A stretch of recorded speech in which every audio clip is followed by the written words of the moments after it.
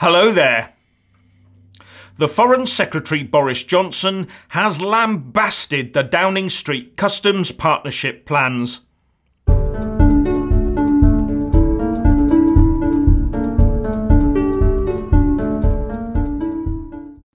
Saying that the customs partnership plans would not only lead to more bureaucracy, Boris Johnson called them crazy, as they would stop the UK taking back proper control as well as restricting our ability to make new trade deals.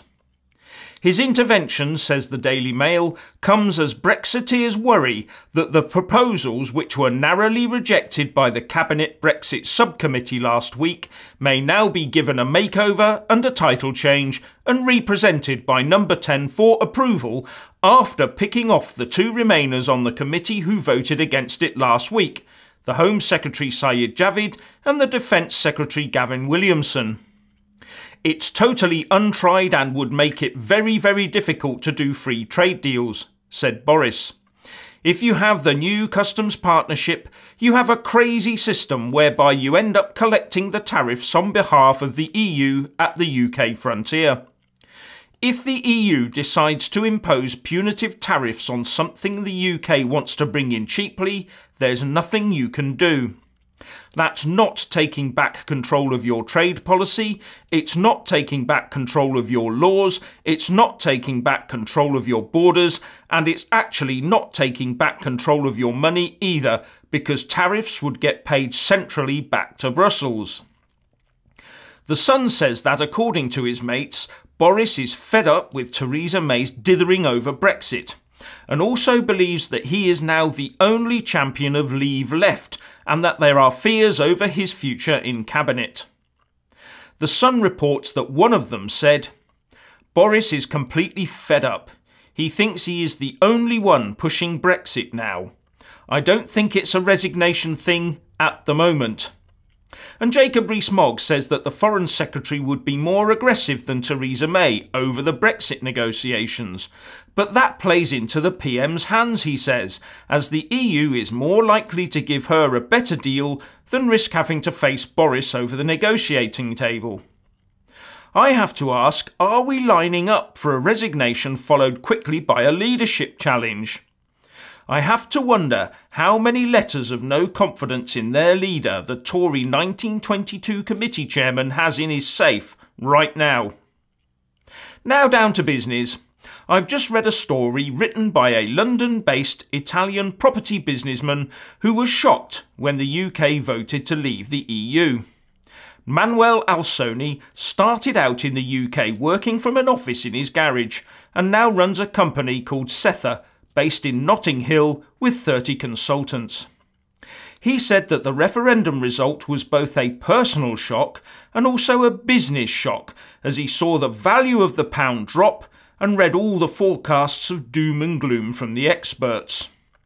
So you would expect him to now be packing his bags and taking his family, as well as what's left of his business, back into the Italian arm of the EU.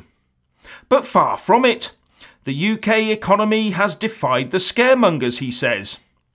The pound has recently risen to its highest level since the referendum. House builders continue to forecast strong earnings, and according to JLL, demand for central London office space has increased by 14% in the last 12 months, he writes. This has also been reflected in the performance of his own company, which is now actively looking for more sites to develop. He paints an optimistic future picture for London as more homes and infrastructure are needed and built, and he sums it up in two words: economic growth. I've left a link to the Brexit Central article in the description box below, where he ends by saying, "So, although I will never get used to the weather, London is exactly where I intend to stay.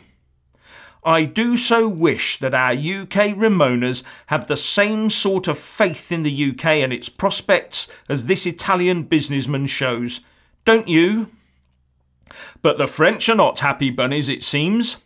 They were hoping that post-Brexit, the EU would adopt French as the new language of the European Union.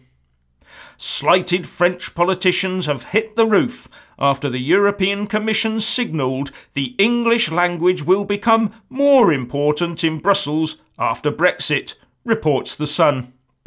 So, and I'm going to enjoy saying this, despite Brexit, English will still be the predominant language in the European Union.